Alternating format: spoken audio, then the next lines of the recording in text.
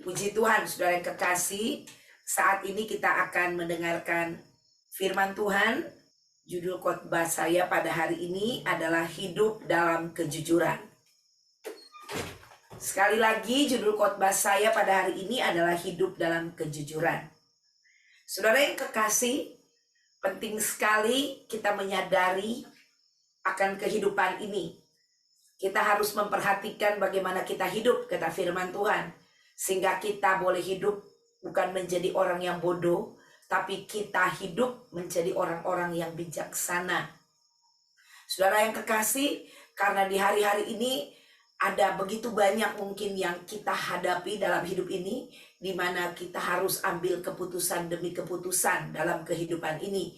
Nah, kalau kita tidak punya hati yang bijaksana, kita tidak bisa mengambil keputusan yang benar di dalam kehidupan ini. Saudara, hidup ini adalah rangkaian keputusan.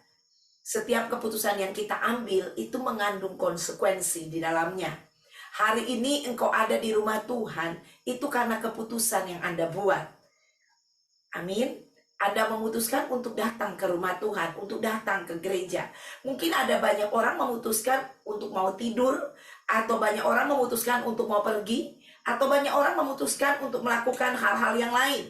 Tapi kalau Anda telah mengambil keputusan untuk ada di rumah Tuhan, saya percaya, saudara yang kekasih, keputusan yang Anda buat juga mengandung konsekuensi. Dan saya percaya ada konsekuensi ilahi pada waktu kita memutuskan untuk memilih kebenaran, untuk memilih Tuhan, untuk memprioritaskan Tuhan. Ada amin, saudara yang kekasih. Haleluya. Saudara yang kekasih, salah satu ini tokoh menurut saya ya, namanya Leonard Killer. Dia yang menemukan yang namanya detektor kebohongan, saudara yang kekasih. Suatu saat, satu hari dia melakukan deteksi kepada sekitar 25.000 orang, saudara yang kekasih, yang mempergunakan detektor kebohongan yang dia buat. Dan apa yang terjadi, saudara yang kekasih, pada waktu 25.000 orang ini dites. 25.000 orang ini bukan sedikit ya, banyak. 1.000 aja banyak, apalagi 25.000. Betul, saudara yang kekasih? Ya. Nah, pada waktu dideteksi, dites, ya, saudara, mempergunakan detektor ini, alat kebohongan ini, dan didapatkan, saudara yang kekasih, Leonard ini dia berkata bahwa manusia, hasilnya ini didapati, dia katakan kesimpulannya bahwa pada dasarnya manusia ini tidak jujur. Namun seharusnya itu tidak mengejutkan kita, karena Alkitab telah memberitahukan hal yang sama kepada kita. Untuk itu kita akan mempelajari, saudara yang kekasih, bagaimana kita hidup di dalam kejujuran. Karena sangat penting sekali bagaimana kita hidup. Tadi saya katakan, kita harus hidup dengan benar. Dan kita harus menjaga kehidupan ini. Sehingga kehidupan ini dapat kita isi dengan benar. Dan kita juga, saudara yang kekasih, dapat menuai apa yang kita isi. Apa yang kita tabur, kita tuai. Firman Allah berkata, kita tabur kedagingan, kita tuai kebinasaan. Tapi kalau kita tabur kebenaran, saya percaya kita akan tuai kemenangan. Ada amin? Haleluya. Semua orang percaya kepengen hidup menang. Semua orang percaya pengen hidup berhasil. Semua orang percaya pengen hidup beruntung. Tetapi tidak semua orang percaya mau hidup jujur. Mau hidup dalam kebenaran. Betul? Nah, saudara, kita diperhadapkan bagaimana kita harus hidup. Kita lihat di Yeremia 17 ayat 9 ayat yang pertama. Betapa liciknya hati, lebih licik daripada segala sesuatu. Hatinya sudah membatu, siapakah yang dapat mengetahuinya? Saudara yang kekasih, betapa liciknya hati dikatakan di sini, lebih licik dari segala sesuatu. Kalau Tuhan sudah berkata bahwa hati ini licik dan lebih licik dari segala sesuatu, ini sudah pasti, saudara yang kekasih. Firman Tuhan itu tidak mereka-reka, tidak menebak-nebak. Tetapi firman Tuhan itu adalah ya dan amin. Kalau firman Tuhan bilang ya, udah pasti ya. Dia bilang tidak, udah pasti tidak. Kalau dia katakan bahwa hati manusia lebih licik daripada segala sesuatu, pasti lebih licik dari segala sesuatu. Firman Tuhan tidak pernah berbohong. Bahkan dikatakan di sini, hatinya sudah membatu. Siapakah yang dapat mengetahuinya? Saudara, banyak orang yang punya hati yang licik. Itu dikatakan hatinya sudah membatu. Nah, jadi kehidupannya dari satu kelicikan kepada kelicikan yang lain. Dari satu kebohongan kepada kebohongan yang lain. Ini sudah membatu. Berbicara sudah membatu, sudah keras. Saudara kekasih, batu itu keras. Nggak ada batu empuk. Nggak ada batu yang bilang, aduh di batu ini empuk ya. Beda sama yang batu yang di sana. Kalau batu yang di sana keras-keras. Kalau yang di sebelah sini batunya empuk-empuk. Nggak ada batu empuk. Yang namanya batu pasti keras. Itulah sebabnya firman Tuhan berkata, hatinya sudah membatu. Siapakah yang dapat mengetahuinya? Saudara, yang dapat mengetahui hati kita membatu atau tidak adalah Tuhan. Saudara bisa menyembunyikan hatimu kepada orang lain, tetapi tidak kepada Tuhan. Dalamnya laut dikatakan dapat diukur, tetapi dalamnya hati manusia, siapa yang tahu? Yang tahu hanya Tuhan. Haleluya. Dalam Alkitab kita diberitahu bahwa Tuhan tidak mengatakan bahwa tidak ada satu manusia pun yang tidak berbohong. Tidak ada. Di firman Tuhan dikatakan. Dikatakan bahwa semua manusia telah berbuat dosa. Saudara yang kekasih, telah berbuat dosa. Kita lihat peristiwa di Taman Eden, saudara yang kekasih, Adam dan Hawa. Pada waktu mereka jatuh di dalam dosa, mereka saling menyalahi satu dengan yang lain. Manusia tuh pada dasarnya nggak ada yang mau disalahkan. Coba, pada waktu ditanya aja melakukan kesalahan, langsung bela diri. Benar? Ada aja alasan. Nah, udah langsung berbohong itu. Saudara, kalau alasannya dibuat-buat, berbohong atau tidak? Berbohong kan? Benar? Tapi kita tanpa sadar, itu udah otomatis. Nah, kita akan belajar nanti lebih lanjut, saudara, bagaimana manusia batinia ini, atau manusia spiritual kita ini harus benar-benar terisi, supaya kita bisa hidup di dalam kejujuran, Alkitab mengatakan bahwa Tuhan membenci kebohongan. Tuhan tidak suka orang yang tidak jujur, saudara. Di mata Tuhan itu sesuatu yang menjijikkan. Dosa itu menjijikkan di hadapan Tuhan. Dikatakan, bukan tangan Tuhan tidak kurang panjang untuk menolongmu, tetapi yang memisahkan engkau dengan Tuhan adalah dosa. Dosa itu menjijikkan, tadi saya katakan. Artinya Tuhan tidak suka dosa. Saudara, kalau engkau tidak suka sesuatu, rasanya, pakai kata jijik itu betul, saudara, bahasa Indonesia seperti itu. Jadi itu tidak menyenangkan hati Tuhan, saudara yang kekasih. Untuk itu mari saudara, kita akan belajar hari ini supaya kita tidak mengizinkan lagi kehidupan ini dikontaminasi dengan kebohongan. Coba kita lihat di Amsal 12 ayat 22. Orang yang dusta, bibirnya adalah kekejian bagi Tuhan. Tetapi orang yang berlaku setia dikenangnya. Saudara, tadi saya katakan Tuhan jijik dengan orang yang berdusta, orang yang tidak jujur. Ini jelas di Amsal dikatakan orang yang dusta bibirnya adalah kekejian bagi Tuhan. Saudara, dusta itu bukan main-main. Siapa yang Alkitab katakan adalah bapak pendusta? Siapa, saudara? Yang bilang iblis siapa? Katakan. Iblis, saudara. Iblis adalah bapak pendusta. Tuhan keji, merasa kekejian yang dibuat oleh manusia.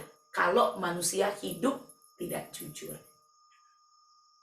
Karena ini dikatakan adalah kekejian bagi Tuhan. Saudara, Tuhan membenci ketidakjujuran. Tuhan tidak suka kalau manusia tidak menepati janjinya. Saudara, mau nggak Anda kalau Tuhan tidak menepati janjinya? Tuhan janji mau berikan surga kepada kita setelah kita mati. Dan akhirnya waktu kita mati Tuhan bilang, enggak deh, saya batalkan. Gimana? Rasanya gimana? Saudara mau? Gak ada yang mau. Saudara, karakter Allah adalah jujur. Dan dia mau juga kita hidup dalam kejujuran. Mengapa Tuhan membenci orang yang tidak jujur atau orang yang berbohong? Karena dia adalah kebenaran. Kalau orang berbohong, itu orang hidup di luar kebenaran. Orang yang tidak jujur, orang yang berjalan di luar kebenaran. Saudara yang kekasih, Tuhan tidak suka ada penyimpangan karakter dalam hidup kita. Tuhan mau kita menggenakan karakter ilahi dalam hidup kita. Dan salah satu karakter ilahi itu adalah kejujuran. Di dunia ini kejujuran semakin hari semakin merosot. Banyak orang mempertaruhkan segalanya dengan tidak jujur, saudara. Bahkan kalau kita lihat, ada orang ngomong hari ini A, besok bisa B, dan besok lagi C, D, E, E, F. Bahkan di sekitar kita, saudara, ya, di sekitar kita terjadi. Dan banyak orang mulai kompromi dengan orang yang tidak jujur, ya, karena ada pertimbangan-pertimbangan khusus di mata mereka. Oh, kan dia nggak jujur kan karena begini, jadi begini dan begitu, jadi ya nggak apa-apa lah kalau dia nggak jujur.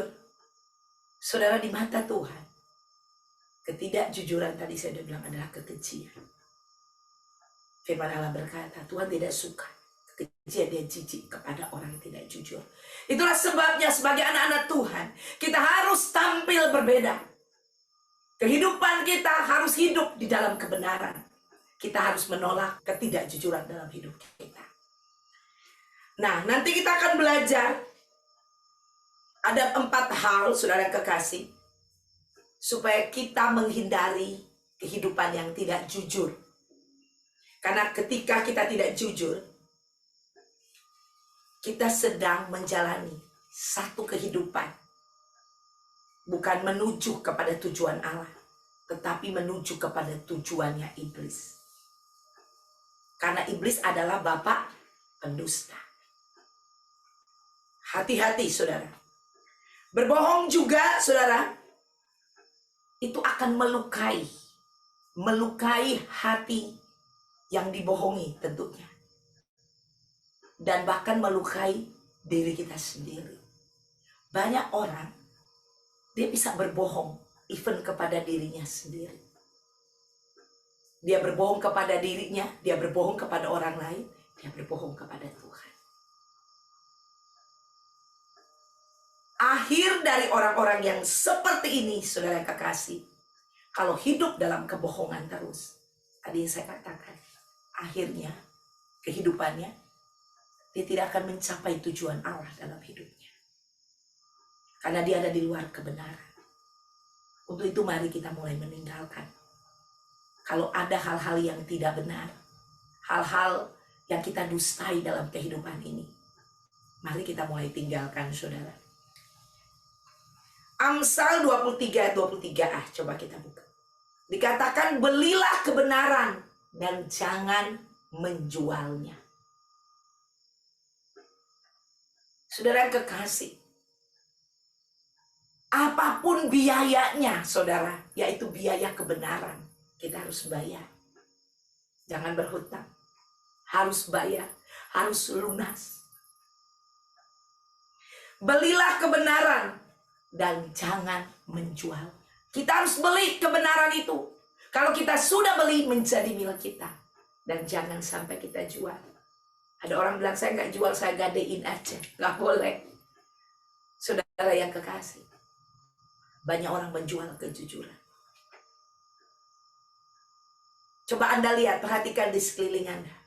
Perhatikan di kantormu. Perhatikan di rumah tanggamu. Perhatikan di keluargamu. Perhatikan, saudara yang kekasih. Bahkan bisa di gereja aja orang berbohong. Perhatikan di kotamu, di bangsamu, di mana aja saudara yang kekasih. Saudara, saya ada kenal, ada seseorang yang saya kenal, dan orang ini hobinya berdusta. Sampai-sampai yang sudah tidak perlu dibohongin atau tidak perlu berdusta, dia berdusta. Karena dia udah hidup bertahun-tahun di dalam dusta. Dan sampai suatu hari saudara, di dalam gereja pun dia ke gereja. Dia ke gereja saudara, dan dia sedang menangis di gereja. Dipikir dia sedang menangis apa? Ternyata dia lagi berdusta. Saudara bayangkan itu. Karena dia udah terbiasa. Dan dia sudah tidak merasa lagi. Sudah menjadi kehidupan bagi dia. Ini sangat berbahaya sekali, saudara. Saudara yang kekasih, kalau kita belajar di perjanjian baru, siapa yang mati karena berdusta? Ada yang tahu? Suami istri.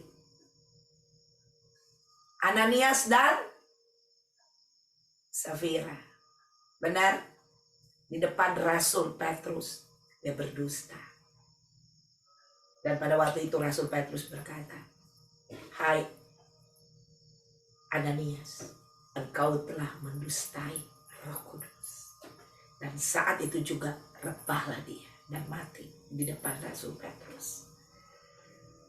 Dan setelah itu, setelah dia mati dan orang-orang membawa mayatnya atau badinya menguburkan, baru saja orangnya kembali, istrinya masuk.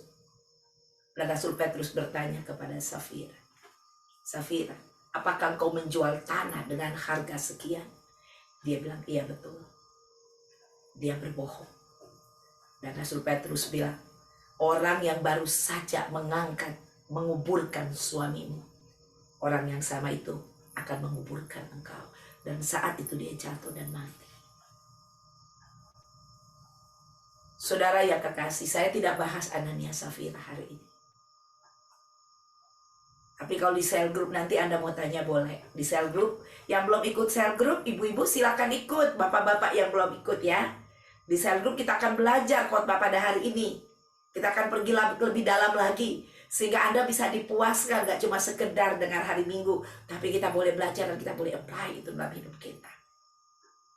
Saudara yang kekasih, ada 4 hal yang kita akan belajar pada hari ini. Langkah-langkah yang akan membantu kita mengembangkan nilai kejujuran dalam hidup kita. Yang pertama adalah kita harus melakukan inventarisasi yang jujur.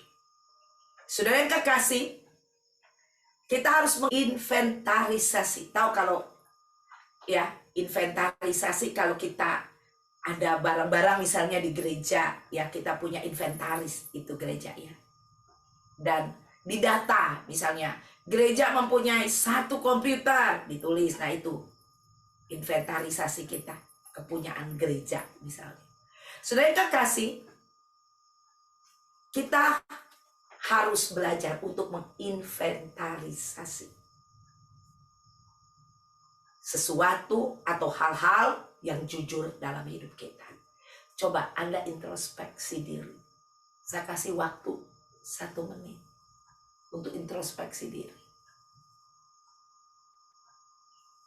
Adakah hal-hal yang tidak jujur yang Anda masih lakukan sampai hari ini?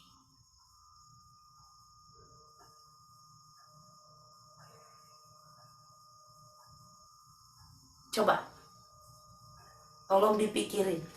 Paling gak 1 aja.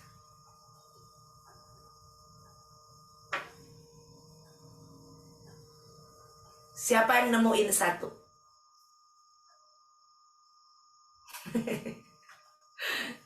Ya, saya nanya siapa yang nemuin 1, gak ada yang mau angkat tangan. Udah gak jujur. Betul? Saudara, saya cuma lagi ngetes. Saudara yang kekasih, ada firman Tuhan berkata seperti ini. Walaupun manusia lahiriah kita semakin hari semakin merosot, tetapi manusia batiniah kita semakin hari itu semakin diperbaharui. Saudara yang kekasih, daging, perbuatan daging itu, saudara, udah nempel sebenarnya di dalam tubuh manusia ini. Tangan ini,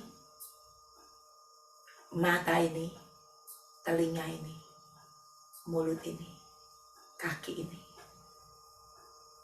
Pernah nggak berbuat dosa? Yang pernah angkat tangan?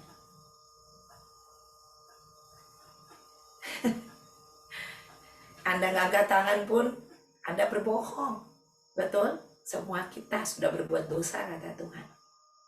Saudara, saya mau tanya. Yang benar itu adalah hidup kita ini adalah jiwa atau hidup ini adalah tubuh? Yang bilang tubuh angkat tangan.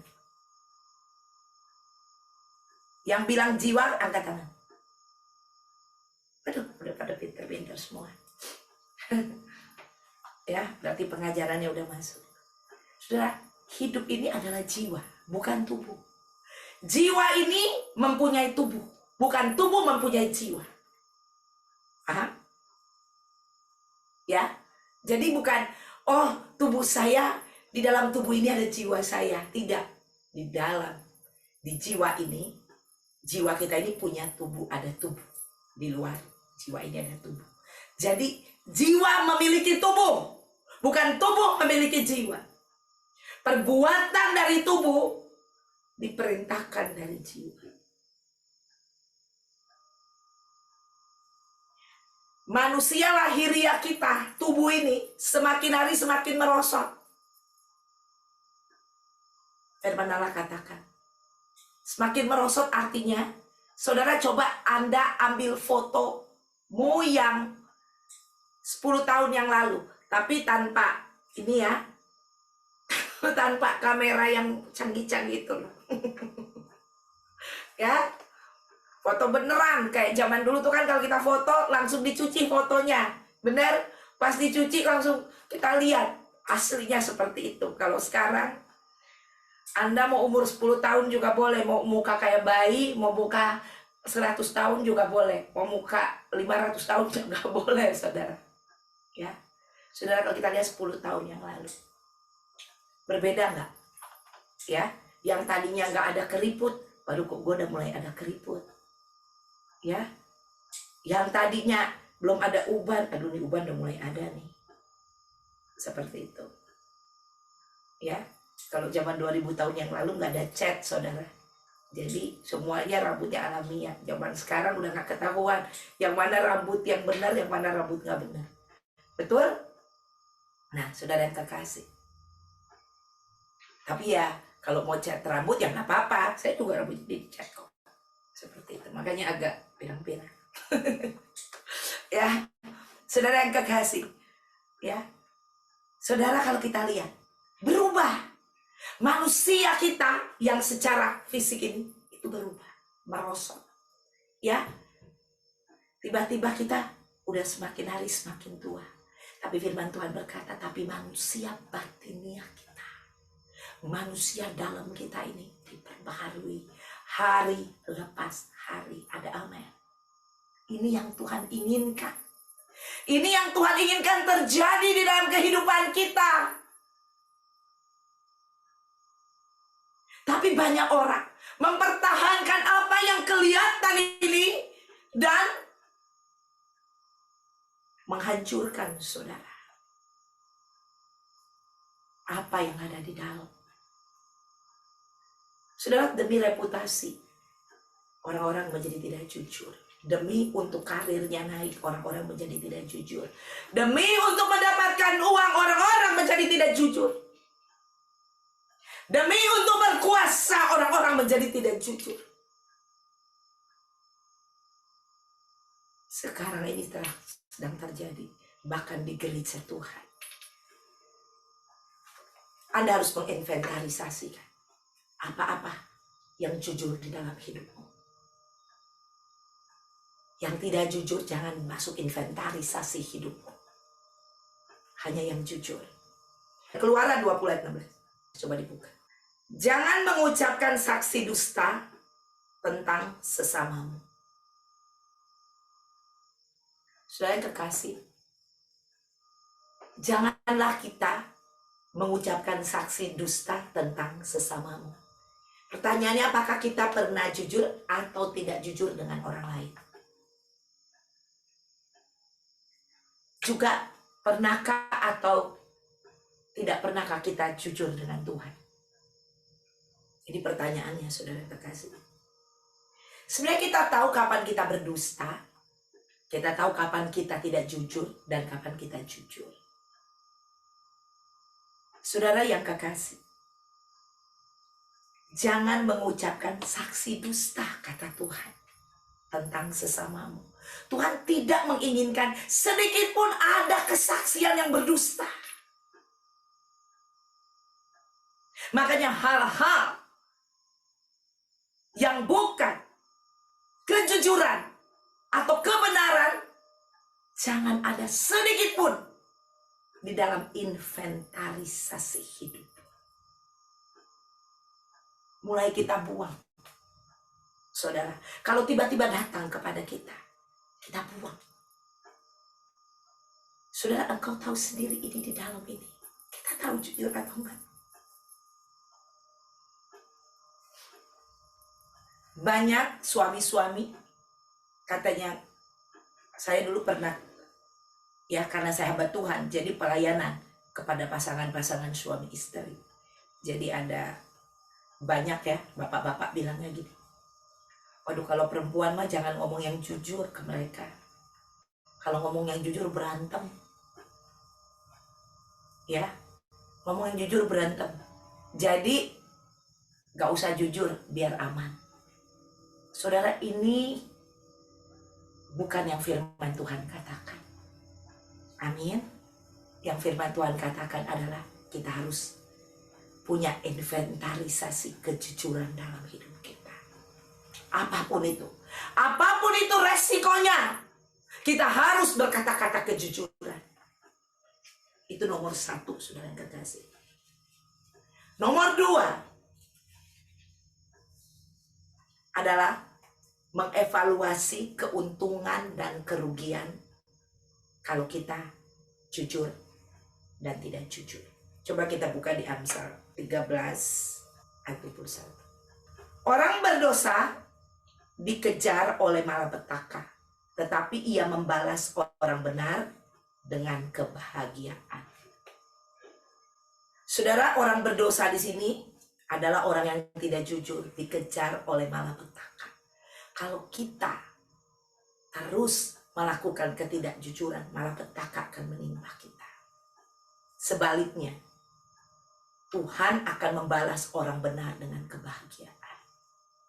Saudara, kebahagiaan adalah keinginan daripada semua manusia yang ada di dunia ini. Semua keluarga, semua pribadi kepengen hidupnya berbahagia. Firman Allah berkata, tetapi Tuhan akan membalas orang benar dengan kebahagiaan. Tetapi sebaliknya, kalau kita tidak jujur, kita menjadi orang berdosa dan malapetaka pasti menimpa kita. Saudara, kita mau evaluasi, kita mau pilih yang mana? Yang mana yang berguna buat kita?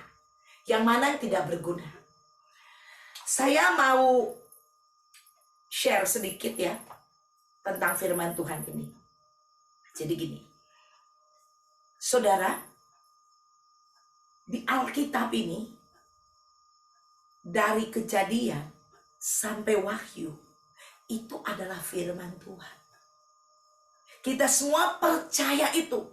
Semua itu adalah firman Tuhan. Pada waktu ada keadaan, ada situasi, ada masalah, saudara yang kekasih, selalu Ada jalan keluar. Kalau Anda membaca firman Tuhan, semua keadaan, situasi apapun, itu ada jalan keluar di firman Allah. Yang sakit ada jaminan kesembuhan. Yang meminta diberi, dikatakan. Yang mencari mendapatkan. Yang mengetok dibuka pintunya. Betul? Akan Tuhan bilang, apapun yang kamu lakukan berhasil. Beruntung. Saudara, ada banyak janji di sana. Tetapi banyak orang mengabaikan janji-janji ini. Arti mengabaikan di sini, ada banyak orang tidak mengalami janji-janji ini terjadi karena orang-orang ini kurang percaya. Pada waktu ada keadaan dan situasi, lebih percaya kepada jawaban yang dia lihat pakai mata, pakai pikirannya, bukan apa yang dikatakan firman Tuhan. Saudara, pada waktu ada keadaan terjadi kepada saya langsung buka firman Tuhan, yang mana yang sesuai dengan kebutuhan saya. Situ saya buka, saudara. Di situ ada janji. Dan janji itu saya percaya, amin. Saudara yang kekasih, saya belajar. Dan saya tahu Roh Kudus berbicara kepada saya. Roh Kudus membawa saya pada waktu ada keadaan, situasi dalam hidup saya. Roh Kudus bawa saya. Dia mengingatkan saya untuk Desi tetap percaya kepada kebenaran firman Allah. Ada amin. Saudara yang kekasih, pada waktu Roh Kudus bicara kepada saya, dan saya buka hati, tiba-tiba saya begitu percaya sungguh-sungguh. Ada amin. Nah, saudara yang kekasih, kita harus percaya firman Tuhan disampaikan pada hari ini. Bahwa orang berdosa dikejar oleh malapetaka, tetapi ia membalas orang benar dengan kebahagiaan. Ada amin.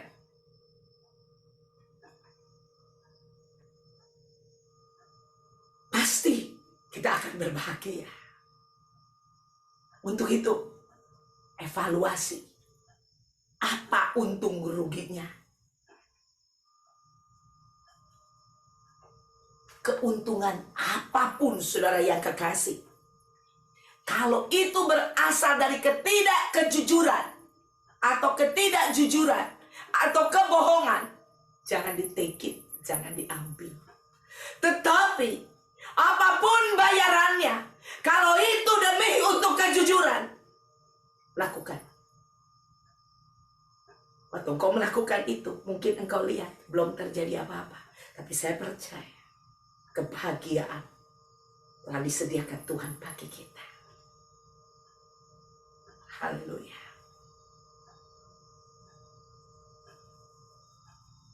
Kita lihat, saudara yang kekasih, dikatakan di sini, sekali lagi saya bacakan, orang berdosa.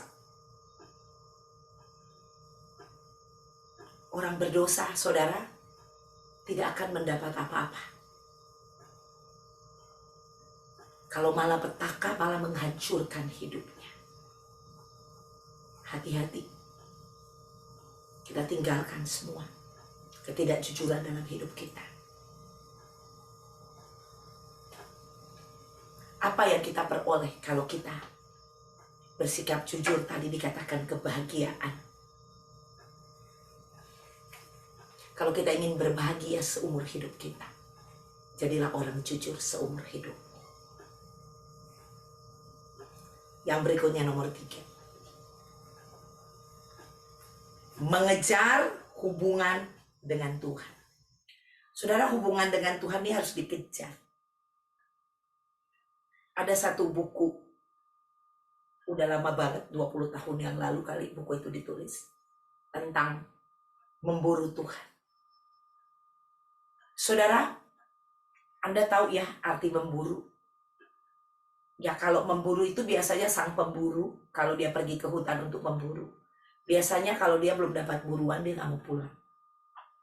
Seorang pemburu ya, Kecuali kalau Anda bukan pemburu. Anda nungguin nongkrong, buruan yang nggak ada, bosen pulang. Ya, tapi kalau seorang pemburu dia akan nunggu sampai dia dapat jarahannya. Saudara yang kekasih, kita harus memburu Tuhan, mengejar hubungan kita dengan Tuhan. Karena tanpa hubungan dengan Tuhan, nonsen kita bisa hidup jujur. Karena sesungguhnya yang saya katakan, semua manusia telah berbuat dosa.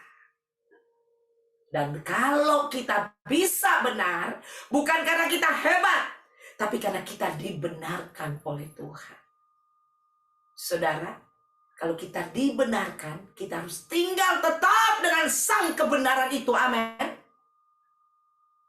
Sehingga kebenaran itu menjadi terus milik kita. Kita lihat di Mazmur 51 ayat 6. Mazmur 51 ayat 6. Sesungguhnya engkau berkenan akan kebenaran dalam batin. Dan dengan diam-diam engkau memberitahukan hikmat kepadaku. Saudara yang kekasih, dikatakan sesungguhnya engkau berkenan akan kebenaran dalam batin. Tadi batin saya sudah singgung, manusia batinnya itu manusia dalam kita, manusia rohania kita, manusia roh kita, saudara. Ya, jadi manusia roh ini, saudara, semakin hari semakin kuat. Dan kalau manusia roh kita kuat, jiwa kita juga kuat. Amin. Nah, dikatakan sungguhnya engkau berkenan akan kebenaran dalam batin. Jadi Tuhan sangat berkenan. Kalau Anda mau hidup dalam perkenanannya Tuhan, saudara, kita harus mempunyai hubungan dengan Tuhan. Dan orang-orang yang hidupnya bersatu dengan kebenaran itu, orang-orang yang mempunyai hubungan yang erat dengan Tuhan, namanya bersatu. Makanya ada firman Tuhan bilang, jikalau kamu di dalam aku dan firmanku tinggal di dalam kamu. Ini tidak ada jarak lagi, udah menjadi satu. Nah, kalau menjadi satu, itu hubungan, ada hubungan. Hubungan yang tidak terpisahkan, tidak ada gap, tidak ada jarak. Hubungan yang menyatu. Nah, pada waktu menyatu, dikatakan di sini, dan dengan diam-diam engkau memberitahukan hikmat kepadaku. Nah, diam-diam di sini maksudnya, saudara kekasih, tanpa kita sadar, hikmat itu sudah bekerja dalam diri kita. Saudara, ketika kita mulai jujur dengan diri kita sendiri, kita mulai jujur juga terhadap orang lain. Dan kita mulai jujur kepada Tuhan, saudara. Ini tidak mungkin secara otomatis kita bisa jujur, yang tadi saya katakan. Kita bisa jujur kepada diri sendiri, kepada orang lain, kepada Tuhan. Tetapi ketika kita bisa jujur, sebenarnya Anda sudah sedang berhubungan dengan Tuhan. Kalau Anda tidak menjadi satu dengan Dia, nonsen, Anda nggak mungkin bisa hidup jujur. Saudara, di sini dikatakan Tuhan akan memberitahu hikmat kepada kita. Saudara, siapa di sini tahu Salomo? Ya, semua tahu Raja Salomo. Raja Salomo itu dia diberi hikmat oleh Tuhan. Pada waktu Tuhan memberikan hikmat, saudara, kalau Anda belajar tentang Salomo, Raja Salomo, saudara, dia adalah raja yang paling kaya. Dia waktu dia membangun bait Allah, itu semua lapisannya emas murni. Dia bangun bait Allah, saking kayanya. Orang-orang datang dari seluruh penjuru dunia. Mereka membawa upeti, membawa persembahan kepada Raja Salomo. Karena mereka ingin mendengar hikmatnya. Dan Raja Salomo diperkirakan adalah orang yang terkaya pada zaman dia hidup. Karena apa? Karena hikmat yang Tuhan berikan dalam hidupnya. Ada amin? Saudara, Raja Salomo begitu bijak. Pada waktu dia memutuskan perkara-perkara di dalam kehidupannya. Bukan karena dia hebat.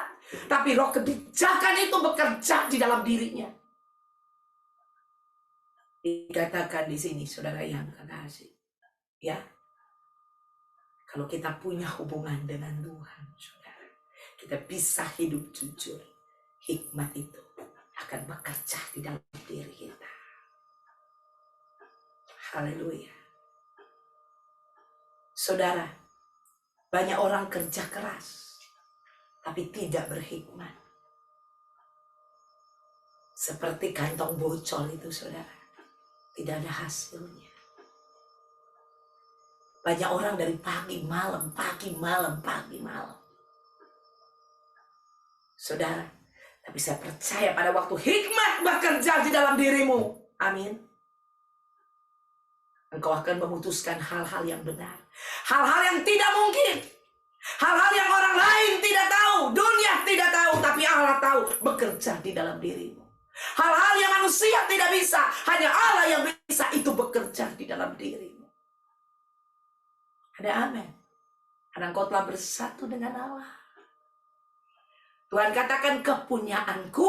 Kepunyaanmu. Ada amin. Untuk itu, kejarlah hubungan dengan Tuhan. Yang terakhir, nomor 4 adalah kita harus mempraktekkan kejujuran.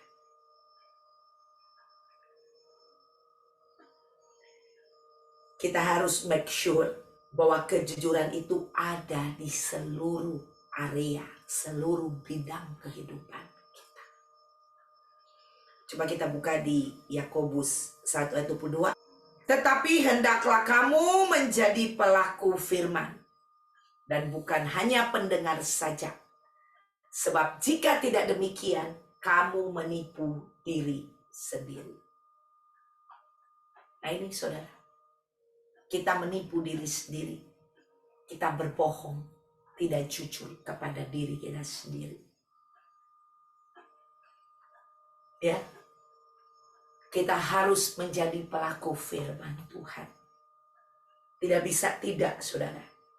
Dikatakan, tetapi hendaklah kamu menjadi pelaku firman. Dan bukan hanya pendengar saja. Benar? Tadi ayatnya gitu kan? Ya. Jadi saudara, semua sudah mendengarkan firman Tuhan pada hari ini. Amin. Ya, yang Tuhan mau bukan hanya menjadi pendengar, tetapi kita menjadi juga pelaku.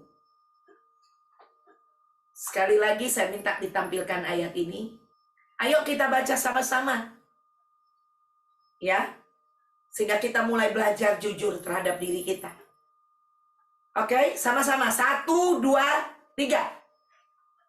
Tapi hendaklah kamu menjadi pelaku firman dan bukan hanya pendengar saja. Sebab jika tidak demikian, kamu menipu diri sendiri.